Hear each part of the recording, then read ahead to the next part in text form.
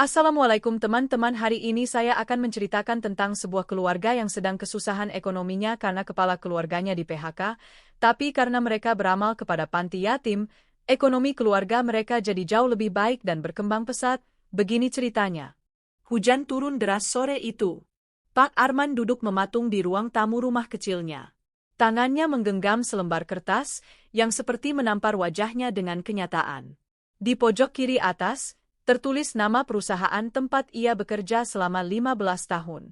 Tepat di bawahnya, tertera kata-kata yang membuat jantungnya nyaris berhenti. Surat pemutusan hubungan kerja. Tak ada penjelasan panjang. Hanya formalitas administrasi. Tidak ada ucapan terima kasih, apalagi permintaan maaf.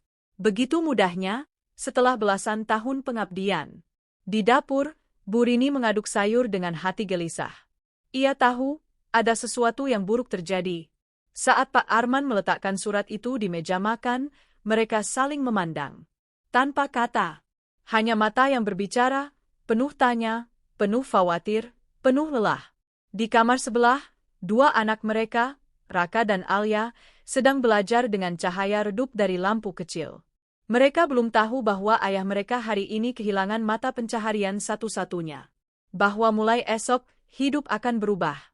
Malam itu, rumah yang biasanya hangat dengan canda, terasa dingin. Seperti kehilangan nyawa. Pak Arman duduk termenung. Sejak sore ia belum bicara sepatah kata pun.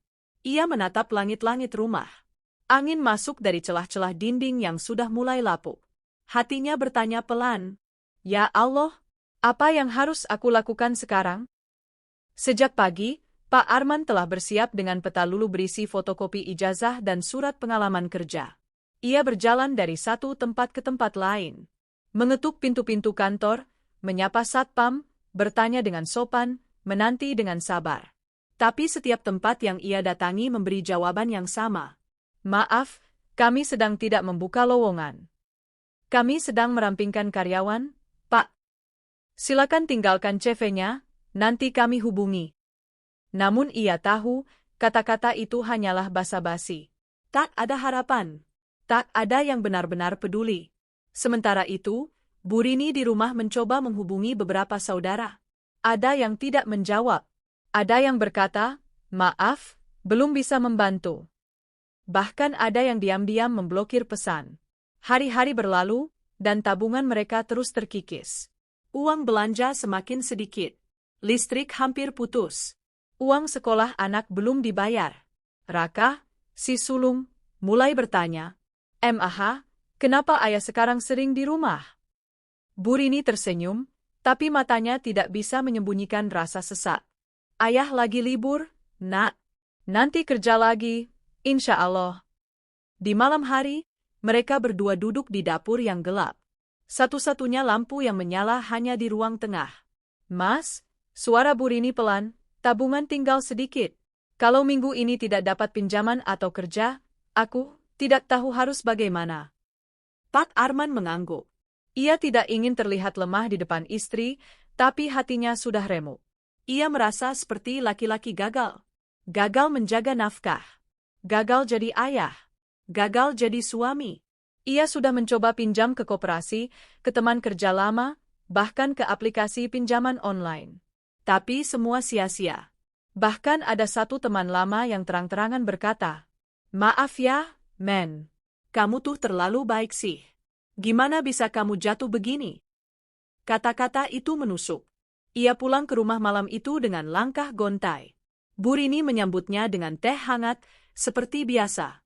Tapi kali ini, tak ada senyum di wajahnya. Mereka duduk berdua, memandangi anak-anak yang sudah terlelap. Kalau kita gak bisa dapat pinjaman, bagaimana kalau kita sedekah aja sebagian uang yang tersisa?" Pak Arman menoleh, heran. "Kamu serius? Uang tinggal berapa, Rin?" "Aku tahu ini gila. Tapi aku mimpi aneh semalam. Aku melihat ada anak-anak yatim tersenyum." Satu dari mereka berkata, "Terima kasih, Bu." Aku bangun dengan dada sesak. Seperti ada yang minta kita beri. Pak Arman menjawab, antara bingung dan takut. Namun jauh di lubuk hatinya, Ia merasakan mimpi itu bukan sekadar bunga tidur. Pagi itu, langit mendung menuangi rumah kecil keluarga Arman. Tapi di dalam hati mereka, sedang berjuang menyalakan cahaya kecil bernama harapan. Dengan uang yang tersisa, hanya 100.000 rupiah, Pak Arman dan Bu Rini sepakat untuk menyisihkan 50.000. Bukan untuk belanja, bukan untuk membayar listrik, bukan untuk membeli beras, tapi untuk diberikan kepada panti asuhan kecil di ujung kota. Tanpa kendaraan, mereka naik angkot, membawa bingkisan kecil berisi makanan ringan dan amplop kecil berisi uang. Sepanjang perjalanan, mereka tak saling bicara, hanya saling menatap dan tersenyum getir. Setiba di panti itu, mereka disambut oleh suara riuh anak-anak yang tengah belajar mengaji. Seorang pengurus menyapa ramah. "Silakan, Bapak Ibu. Kami bersyukur sekali hari ini kedatangan tamu." Pak Arman menyerahkan bingkisan dengan tangan bergetar. "Maaf, ini tidak seberapa. Kami hanya ingin berbagi sedikit." Pengurus panti menerima dengan penuh terima kasih. "Terima kasih. Allah yang membalas kebaikan Bapak dan Ibu." Beberapa anak mendekat. Senyum polos mereka. Tangan-tangan kecil itu bersalaman, cium tangan Pak Arman dan Bu Rini dengan tulus. Saat itulah, air mata Pak Arman jatuh. Tangis yang ia tahan selama berhari-hari akhirnya pecah. Di antara anak-anak yatim itu, ia melihat dirinya sendiri, rapuh, tak punya apa-apa, tapi berusaha tetap tersenyum. Dalam hati, aku berbisik, "Ya Allah, aku tidak tahu lagi harus berharap pada siapa. Tapi kalau ini bisa menjadi jalan keluarku, aku ikhlas. Aku benar-benar ikhlas." Perjalanan pulang mereka terasa berbeda. Seperti ada beban yang lepas dari dada. Entah kenapa, walaupun secara logika mereka telah menyia-nyiakan uang terakhir, tapi hati mereka justru tenang. Dan saat mereka melewati sebuah gang kecil, Pak Arman berhenti sejenak. Di pojok gang, ada seorang pedagang gorengan yang dikerubungi pembeli. Ia menatap dagangan itu cukup lama. "Risol, bakwan, tempe mendoan." Dia menoleh pada Bu Rini. "Rin, kamu masih bisa bikin risoles isi sayur kayak dulu waktu ikut pengajian?" Bu Rini mengangguk pelan. "Masih. Tapi buat apa?" Pak Arman tersenyum samar. "Aku punya ide." Pagi berikutnya, dapur rumah kecil itu mulai kembali berasap. Tapi bukan karena memasak makan siang seperti biasanya. Bu Rini mulai mengaduk adonan kulit risoles, mengiris wortel dan kentang, menumis sayur dengan bumbu seadanya.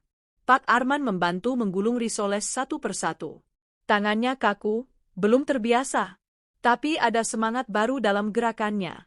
Ibarat tangan itu sedang dibentuk bukan sekedar makanan, tapi harapan. Pagi itu mereka berhasil membuat 25 risoles. Modalnya sisa 50.000 rupiah kemarin, dibelikan bahan-bahan seperlunya. Tanpa kemasan mewah. Hanya dibungkus plastik bening, dan ditata dalam dus bekas. Pak Arman berjalan kaki ke gang sebelah, ke tempat pedagang gorengan yang semalam menarik perhatiannya. "Pak, bolehkah saya titip risoles jualan istri saya di sini?" "Boleh, Mas. Tapi kalau nggak laku, ya nggak bisa saya bayar ya." Pak Arman mengangguk. "Tidak apa-apa, Pak. Saya hanya ingin mencoba." Ia pun menunggu tak jauh dari sana. Duduk di bangku bambu, pura-pura membaca koran. Tapi matanya tak lepas dari dus risoles itu. Jam 8 pagi.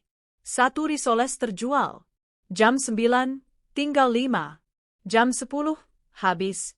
Habis. Saya tidak percaya. Hatinya berdebar. Segera ia kembali ke rumah dengan wajah cerah. "Rin, Ludes, Rin." Mereka saling pandang. Senyum di bibir mereka akhirnya kembali. Hari itu, mereka ulangi lagi. Buat lagi. Titip lagi. Perlu lagi. Hari-hari berikutnya, mereka menambah jumlah. Risoles, kroket, tahu isi. Bahkan mulai ada tetangga yang ikut bantu membuat. Lalu datanglah ide baru dari anak sulung mereka, Raka. "Ya, MAH, gimana kalau aku bantu bikin akun Instagram jualan? Sekolah ngajarin cara desain. Aku coba ya." Dan dimulailah era baru. Dari dapur sederhana, aroma harapan mulai menyebar. Bukan hanya di gang sebelah, tapi perlahan menembus perumahan, sekolah, bahkan perumahan. Pelanggan mulai datang. Pesanan makin banyak. Dari hanya 25 risoles, kini mereka bisa memproduksi 200 biji per hari. Pak Arman mulai belajar mencatat keuangan, belajar mengemas, bahkan mencari pinjaman produktif yang halal. Semuanya perlahan tumbuh. Tapi bukan karena keahlian mereka semata. Mereka yakin, semua ini bermula dari satu langkah kecil. Sedekah terakhir. 3 bulan berlalu. Dapur rumah Pak Arman tak pernah lagi sepi. Kompor menyala sejak subuh, tangan-tangan sibuk menggulung, menggoreng, mengemas. Raka dan Alia membantu setiap sore sepulang sekolah. Raka mengurus pesanan secara online, sementara Alia menempelkan stiker label buatan tangan. Usaha mereka diberi nama Risoles Harapan. Nama sederhana, tapi penuh makna. Kini mereka sudah bisa menyewa satu etalase kecil di depan minimarket. Bahkan ada warung kopi yang secara rutin memesan puluhan risoles setiap pagi. Namun, di balik semua itu, Allah masih terus menguji. Suatu hari, saat produksi sedang tinggi, kompor gas mereka meledak. Burini mengalami luka bakar ringan di tangan. Bahan baku rusak. 2 hari tidak bisa produksi. Pelanggan mengeluh. Pesanan dibatalkan. Pak Arman merasa goyah lagi.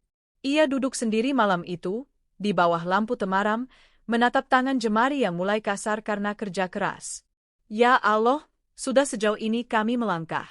Apa engkau akan mengambil lagi semuanya? Burini mendekat. Tangannya dibalut kain kasa, tapi wajahnya tetap teduh. Mas, bukankah ini juga ujian? Dulu kita diuji dengan kekurangannya. Mungkin sekarang Allah ingin melihat, apakah kita tetap sabar saat diberi lebih. Kata-kata itu menenangkan hati Pak Arman. Ia kembali bangkit. Esok harinya, ia pinjam kompor tetangga. Produksi tetap berjalan. Ia mengabarkan kepada pelanggan tentang kondisi mereka, dan ternyata, banyak dari mereka justru menunjukkan simpati. Beberapa pelanggan membayar di muka. Ada yang membantu mempromosikan melalui media sosial. Bahkan ada seorang pelanggan yang tanpa disangka, mengirimkan 1 unit kompor baru dengan pesan. Terima kasih telah memberi contoh semangat. Ini bukan bantuan. Ini investasi pahala. Pak Arman menangis saat membaca pesan itu.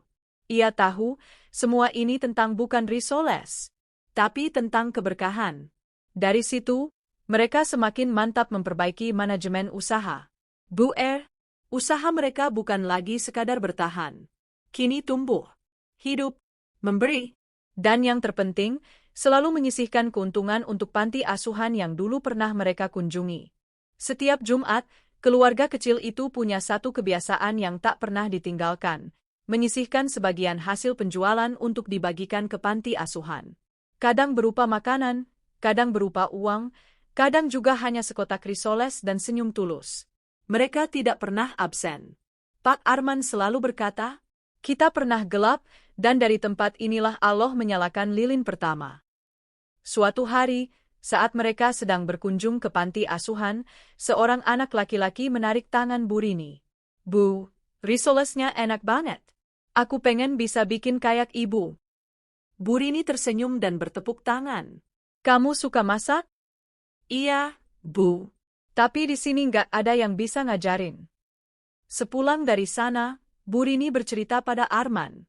Keesokan harinya, mereka berdua memutuskan mengadakan kelas kecil di rumah, sekali saja, untuk celana anak-anak.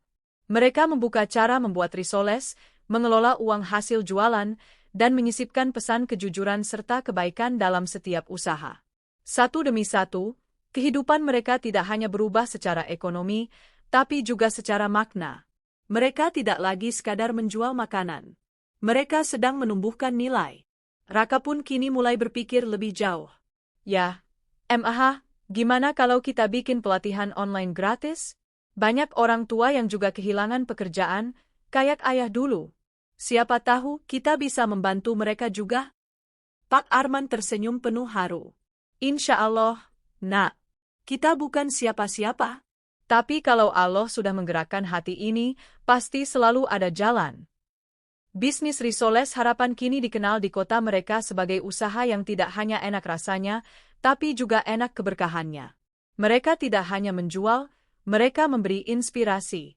Suatu malam, saat keluarga itu sedang makan malam sederhana di ruang tengah, Pak Arman berkata pelan, Rin, kalau waktunya. dan malam itu, untuk pertama kalinya, mereka semua menangis. Bukan karena lapar, bukan karena takut, tapi karena terima kasih yang begitu dalam. Kini, 5 tahun berlalu sejak hari gelap itu. Keluarga Arman bukan lagi hanya keluarga biasa yang berjuang di pinggiran kota. Mereka telah membangun sebuah usaha keluarga yang cukup besar dan stabil. Risoles harapan berkembang menjadi usaha catering kecil dengan puluhan karyawan, termasuk para ibu janda dan pemuda dari lingkungan sekitar. Mereka tidak hanya menghidupi diri sendiri, tapi juga membantu orang lain yang membutuhkan. Pak Arman kini menjadi sosok yang sering diundang untuk berbagi kisah inspiratif di berbagai acara komunitas. Ia selalu mengingatkan bahwa keberhasilannya bukan hanya tentang uang, tapi tentang bagaimana menjaga hati tetap ikhlas dan bersyukur dalam setiap ujian. Setiap bulan, keluarga ini rutin mengirimkan bantuan dan kunjungan ke panti asuhan tempat mereka dulu beramal saat susah. Mereka percaya, rezeki yang datang adalah buah dari keikhlasan mereka saat masa sulit. Di malam hari, di ruang tamu rumah yang lebih besar, mereka berkumpul bersama keluarga besar. Suara tawa anak-anak menggema, penuh kebahagiaan yang tulus. Pak Arman menatap keluarganya dengan mata berkaca-kaca. Terima kasih Allah, karena Engkau mengajarkan kami arti dari kesabaran, ikhlas, dan berbagi. Bu Rini mengangguk sambil tersenyum hangat. Dan semoga kita selalu. Kisah mereka bukan hanya cerita tentang bangkit dari kemiskinan, tapi juga tentang cinta, pengorbanan, dan keberkahan yang lahir dari hati yang tulus. Mereka yakin, selama hati tetap terbuka untuk memberi, rezeki akan terus mengalir tanpa henti.